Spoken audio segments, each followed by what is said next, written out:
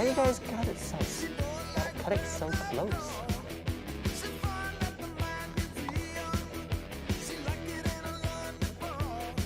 Leslie now, Natalie and Robert.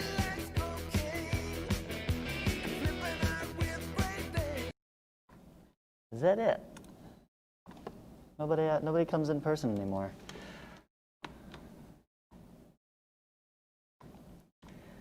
All right, well, we'll start there. Good morning, everyone.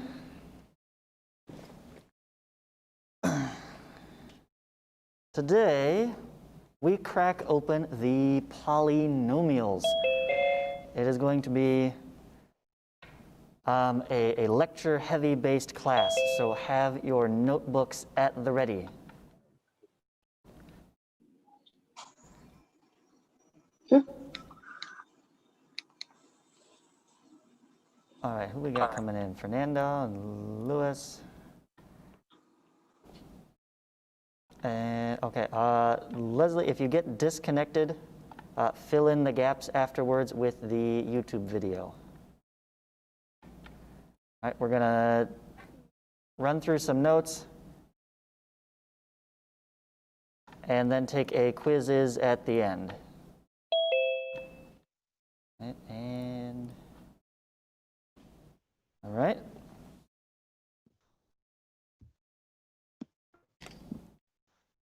So all about those polynomials.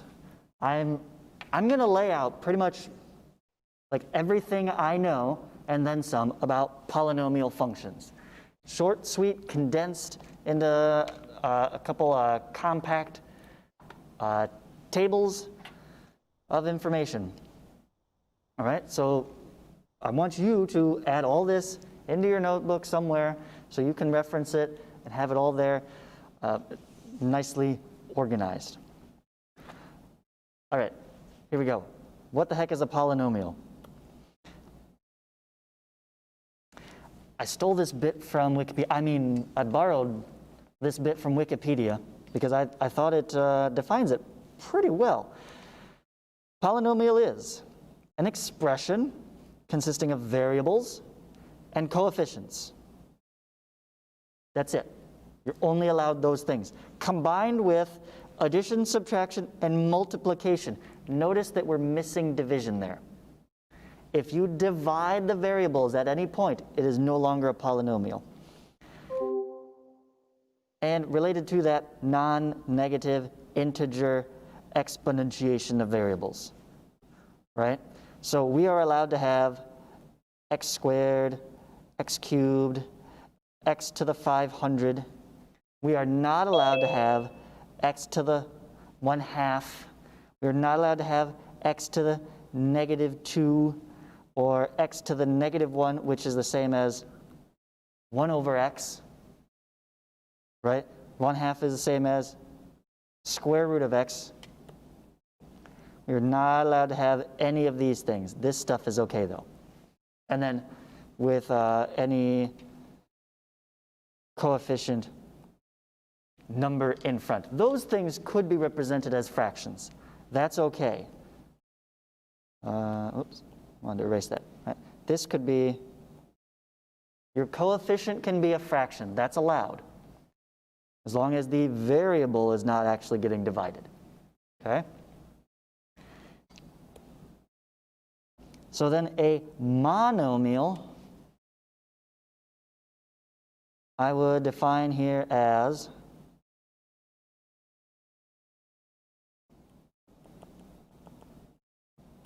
coefficient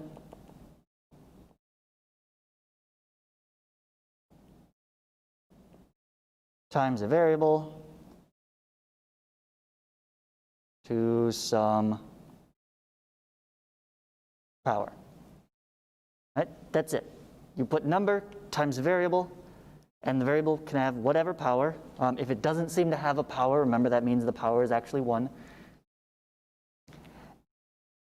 And you get a monomial. You combine monomials together, add, subtract. You get a polynomial, right? So a polynomial is simply the addition, subtraction of two or more monomials.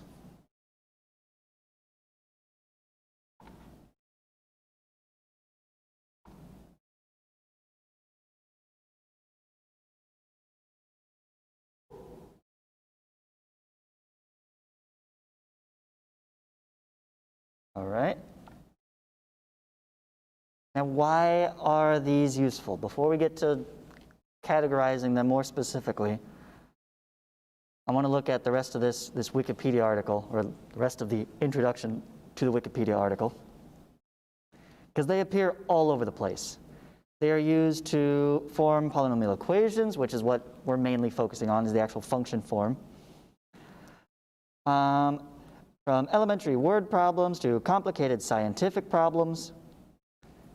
Polynomial functions appear in basic chemistry, physics, economics, social sciences, calculus, and numerical analysis to approximate other functions.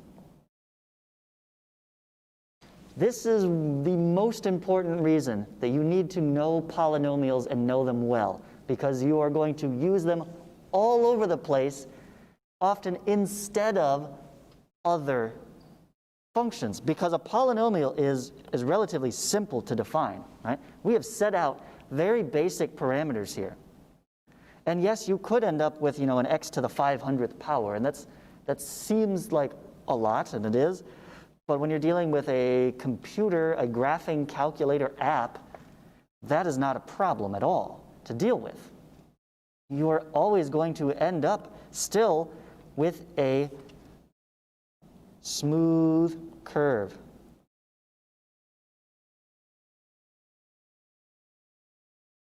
Remember that term from before? Smooth,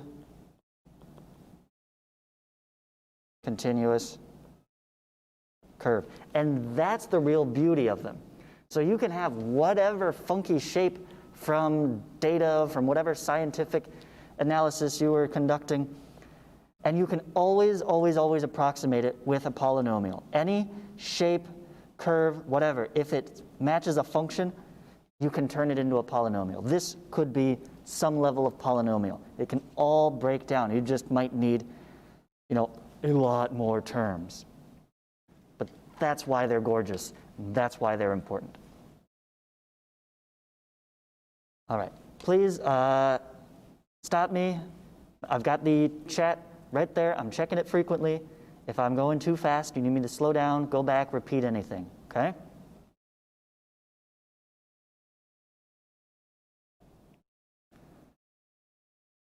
So with that in mind, let's put together a quick table, classify some of these guys by their degree,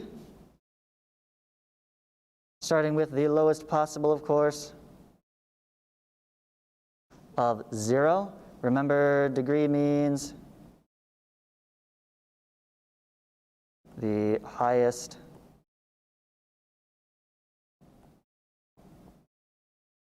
exponent in the whole thing. If your highest exponent is 0, anything to the 0 power is just 1, which means your variable has turned into a 1. And so your 3 times x to the 0 just turns into 3. It's just a constant.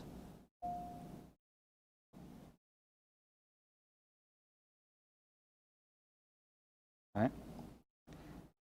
Anything to the first power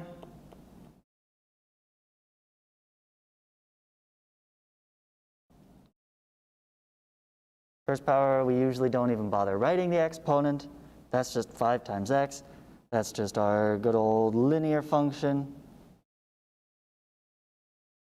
We can then have something to the second power, and then we can add additional terms in here, right? So long as the biggest one is only 2, this is still degree 2, our quadratic.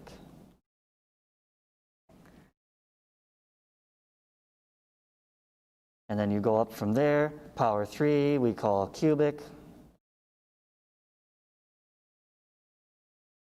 Power 4 you call quartic. And I should have given myself more space because we can go quintic. You really put, we don't go up to 6. I don't know why we don't say like hexic or anything. That's the most you'll ever hear on that. Otherwise, it would just be n. Degree n is a nth degree polynomial. So just making up some numbers here. 4x cubed minus 3x, right? I have x plus x squared plus x 4. They don't have to be in order. Standard form is to put them in order from highest power to lowest power. They don't have to be.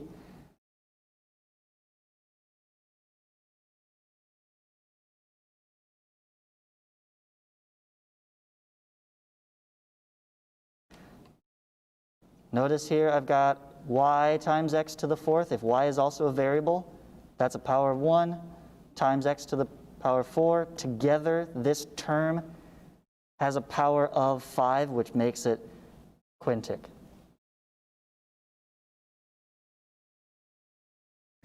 We're not going to play too much with multivariable polynomials. You might see them pop up on occasion. We're certainly not going to try to graph them at this point. That's the realm of multivariable calculus, Calc 2, Calc 3.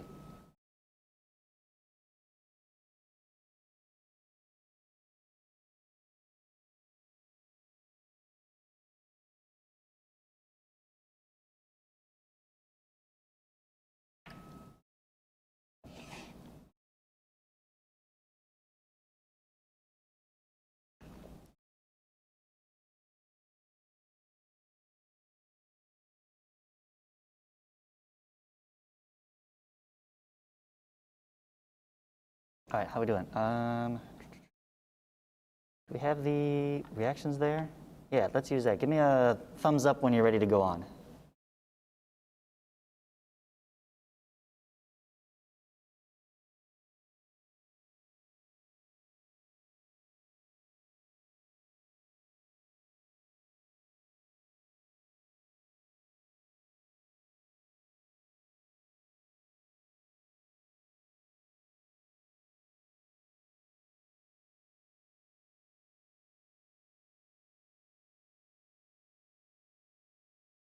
Good. Do we not have the reactions on? You guys can do that, right?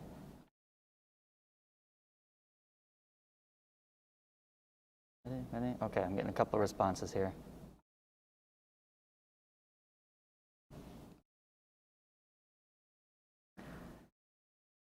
All right, so now let's go visual. Second most important thing about polynomials, what the graphs look like. We're going to whip up some fast sketches. We'll start at the bottom and work our way up. You could have I'm going to use a different color at this point. Let's swap to red. Power 0, constant function. Horizontal line, right? Of course, it continues forever in both directions. You could have linear function, non-horizontal straight line.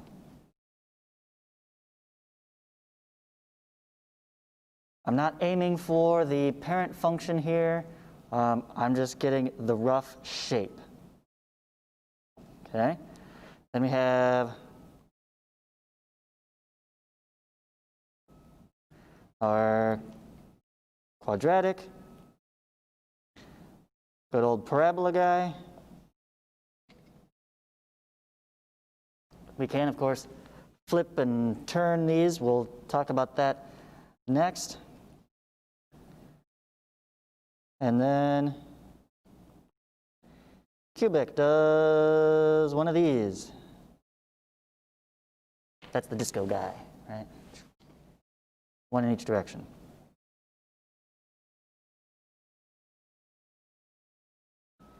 Okay, and it could be any iteration, right? The parent function cubic goes right through the origin, doesn't seem to move much. You can go really extreme and really loopy. Like that, it's still a cubic. We'll talk about counting a number of pieces later.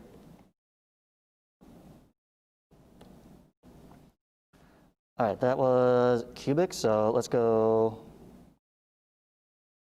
quartic. This is a wonderful one because it's always some kind of M or W.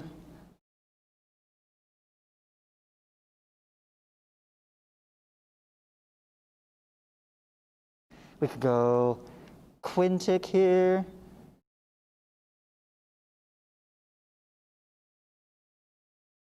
And notice that I'm just going up and down, back and forth once more each time, adding another stage, another turn in each one. That's power 5, so we could go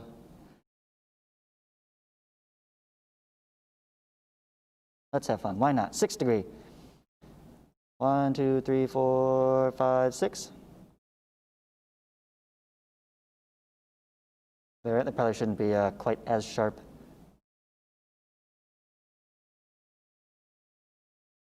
Seventh degree? Ooh. That's 1, 2, 3, 4, 5, 6, and 7. Right? Any of those will work. And they can be squished together, they can be stretched out, taller, shorter, all in the number of turns, if you will.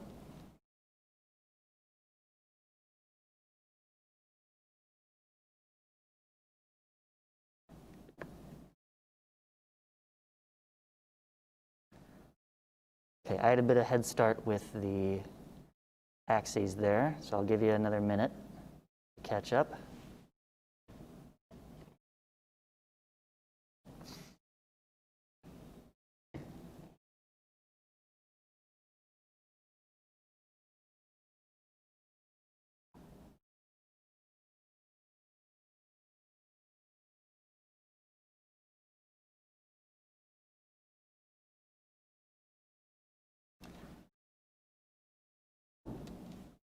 All right, now, some of the most important features of the graph is the end behavior. So, giant table coming up.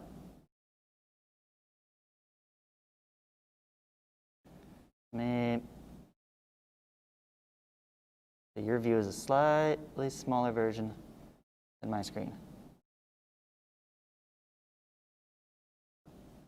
All right, so make a great big table that you can fit 4 graphs in and well label both sides. Plenty of space, maybe like half a notebook page, okay? Make it nice and visible. You've got 2 major contributing factors. The leading coefficient, right? That is to say, right, this is not necessarily the first one. This should be on that greatest power.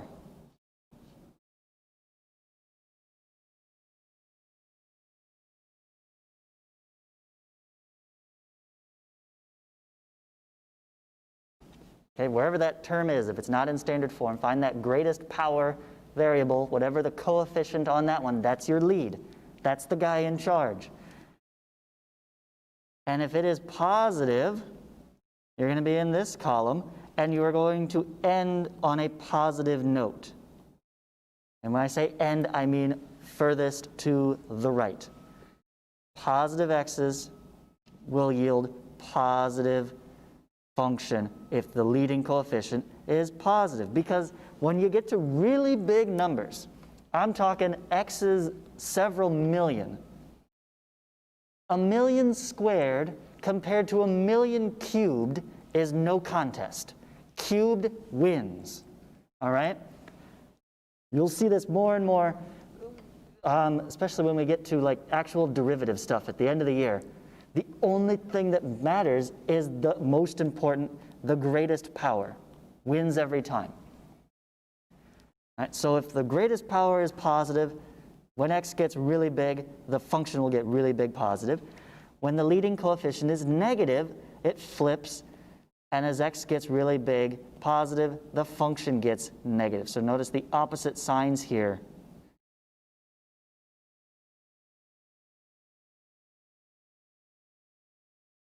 Now the other contributing factor is the degree itself, whether it is odd or even. And that'll determine whether the arrows go in the opposite direction or they are going in the same direction. Okay, this is just picking up from, pardon me, I'm going to move it, the pattern that we're following here. You can kind of notice, same, opposite, same, opposite, same, opposite.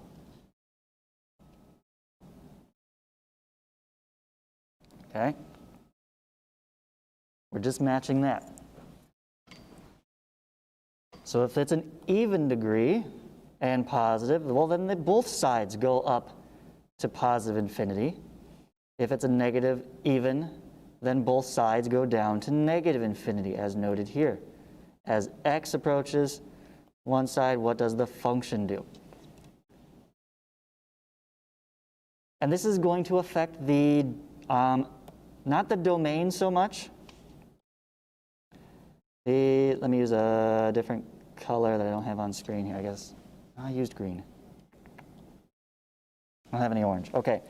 The domain, and I don't know if you can see it. Okay, I'm typing off screen. I'll move it in a minute.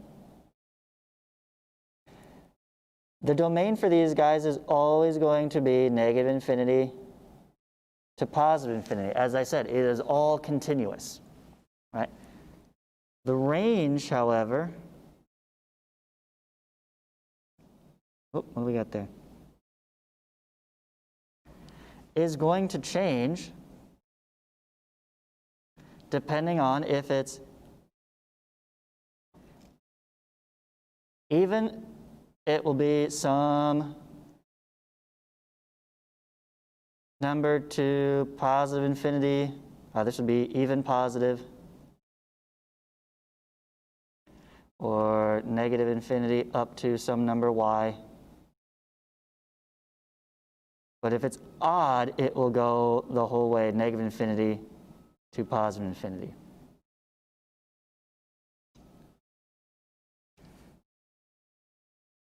Right? These guys, when they're even, there is some maximum there.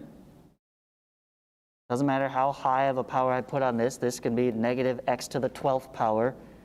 One of these loops here is going to be the tallest one, or maybe it's a tie, but there will be a maximum value for the whole thing, whatever that y is. That would be like this case, right here.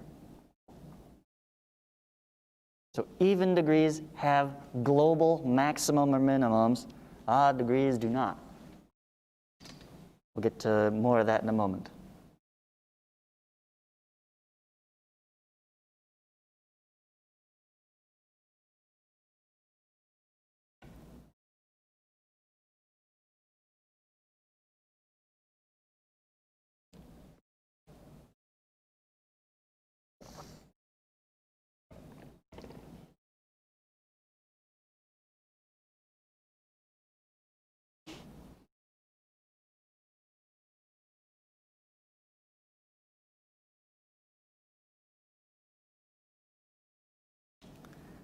Okay, lots of drawing to do here.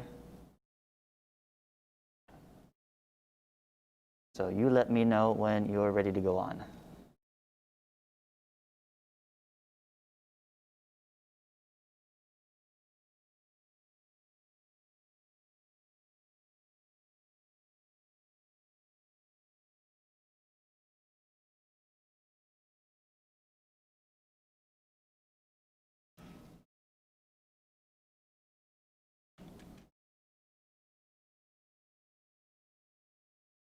That one done, okay.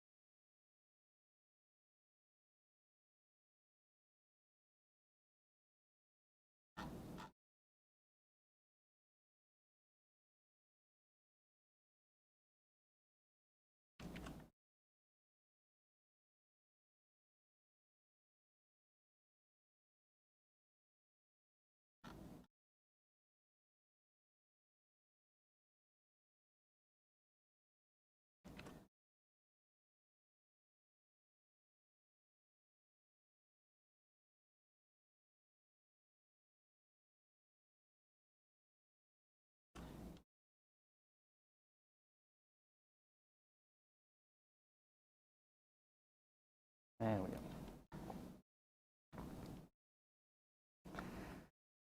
Zoom in on the little words. Which little words?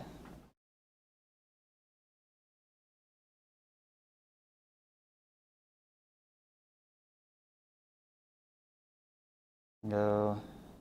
Like, did you mean these guys here? Or the orange ones at the bottom?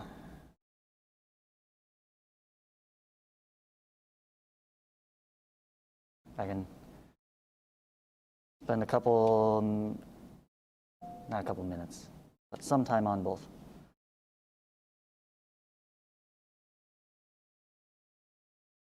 Yeah, I'm just writing the end behavior as, this is related to domain and range. Okay, but just writing them out in those terms. As x approaches infinity, what does the function do? Approaches positive or negative infinity.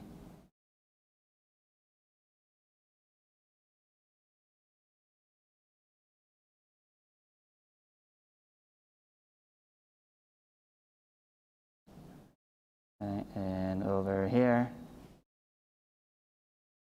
same thing, x approaches negative infinity, positive infinity. This one is odd, so you get two different ones, positive, negative coefficient, even function. So no matter which side x approaches, they both go to negative infinity. Okay? And this is the top recognizable feature, like number one thing when you look at a polynomial graph, or look at any graph in order to determine if it is a polynomial, is it will fit into one of these four categories. Okay, and then from there, you can count how many times it actually turns back on itself to determine what the specific degree really is.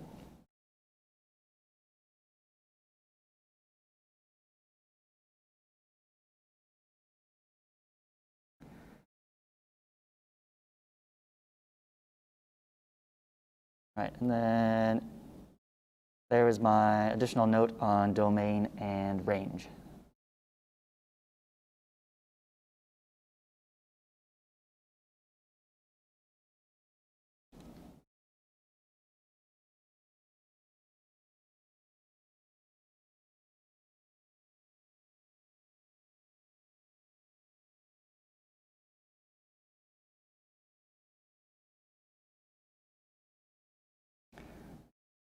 Anybody watching this at a later time via the YouTube recording, please feel free to fast forward through all these long pauses.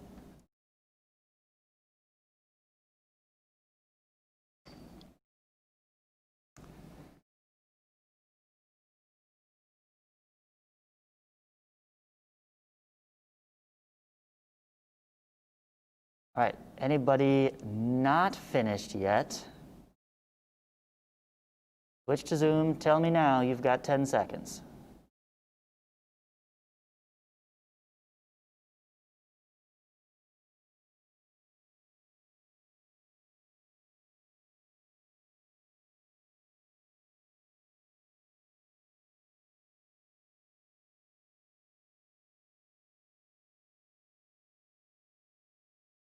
Okay, now one final bit. How many solutions are there? Right? And that's all we're going to deal with right now. We're not talking about actually solving them. But when it comes to solutions, i.e., how many times does it pass through the x-axis? Look at this degree 4 here. 1, 2, 3, 4 times it goes through the x-axis. That would be what you're solving for, just like with the quadratic, the roots, the zeros, the solutions. When does x equal 0? When does it cross the x-axis? And that depends on your degree. And that is, let's go back to blue. Actually, it is your maximum. I'm going to edit this right here. The maximum number of zeros you could have is based on the degree. So a degree 1 straight line can only cross in one place. Parabola could cross 2 places, but as you know, I could have a parabola that sits up here, right, and doesn't cross the x-axis at all, in which case it would have complex roots. So I guess this would more accurately be max number of, I'm going to put that symbol there that for all real numbers, for real roots, max number of real zeros. Okay? And we just count up from there. It will always match. If whatever degree you have, that is the greatest number that you could get. 5 is plenty. We'll go n. This will be n. And then based on that, the again, max number of max or mins, right? Maximum or minimum points. That is to say, right, these guys, where it turns back on itself, you could think of them as turning points. How many of those will you end up with? Well, a straight line has none of them. We know the quadratic parabola has exactly 1. And this looks like a cubic here. It's got 2 of them. And it keeps counting up like that. It'll always be 1 fewer than your degree.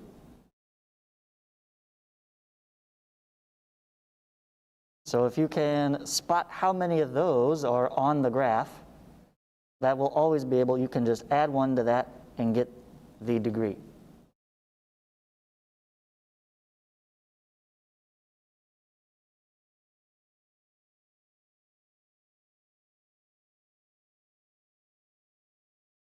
And then the final question would be, how do you find them?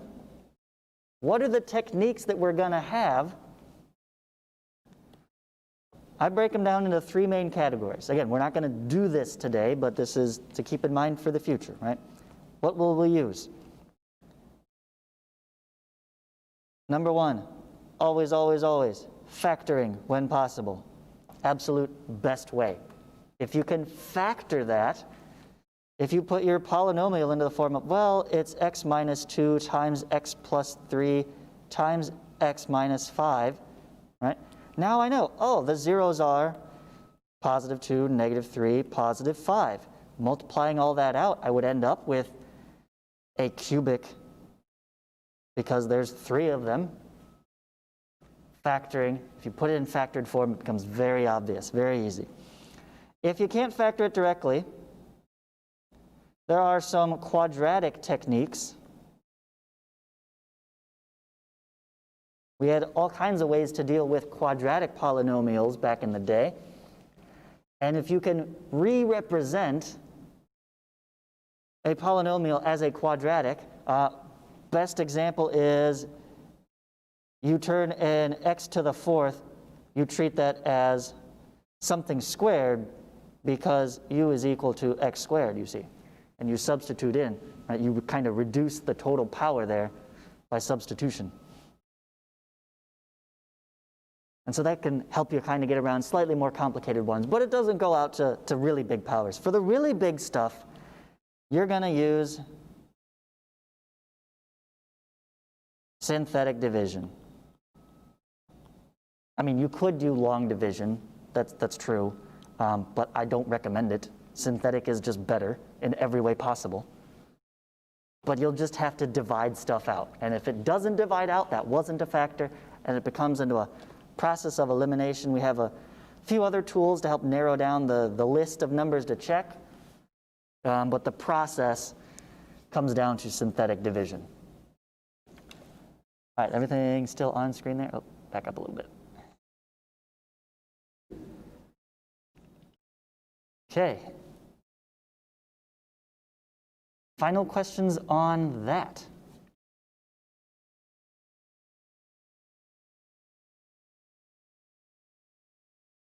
It's a lot of stuff. Throwing it all at you. Hopefully you recall much of this from Algebra 2. Here it is all in one place. So if I don't have any questions, then I'm going to start the quizzes, and we'll take the rest of the time. Ends at what, 35? We've got 9 minutes. It's a 10-question quizzes. Half of them are like, what degree is this polynomial graphed here? Okay, so fairly quick. All right, seeing no questions, let's get that code on screen. If you need to go back for any of the notes, the YouTube video will be available. Here we go, polynomial functions. Go to joinmyquiz.com, enter the code 239703.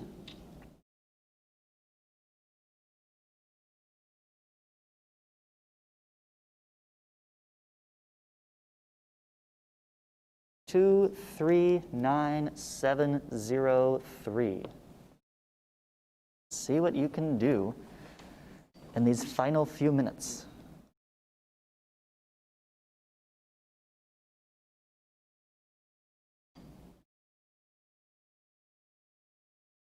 Got one. There should be like a point bonus for being the first one to join in. Good job, Leslie. You're on top of things.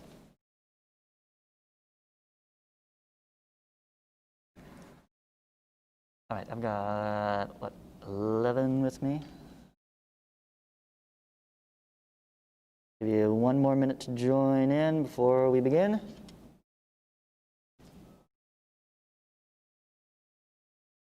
239703.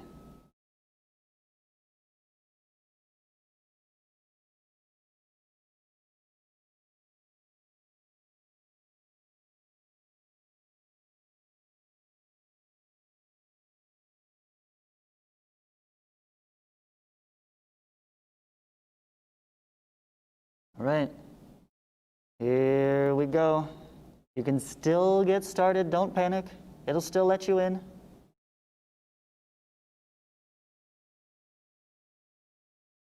Oh, there, see, it's even still showing the code at the top.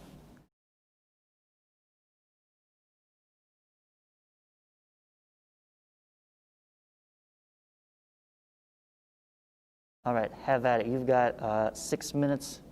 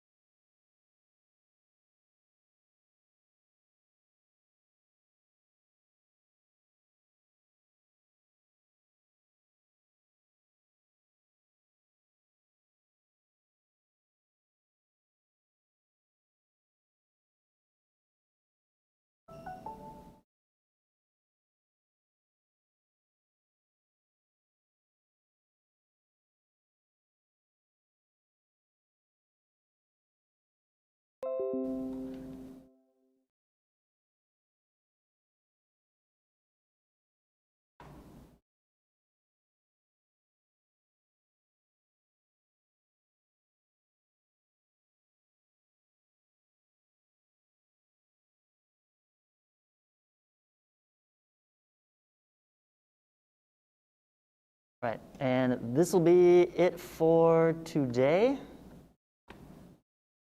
On Google Classroom, please just upload your copy of the notes So I can see that you have done that, didn't miss anything. And we will do more actual computation and manipulation with these tomorrow on Desmos, actually.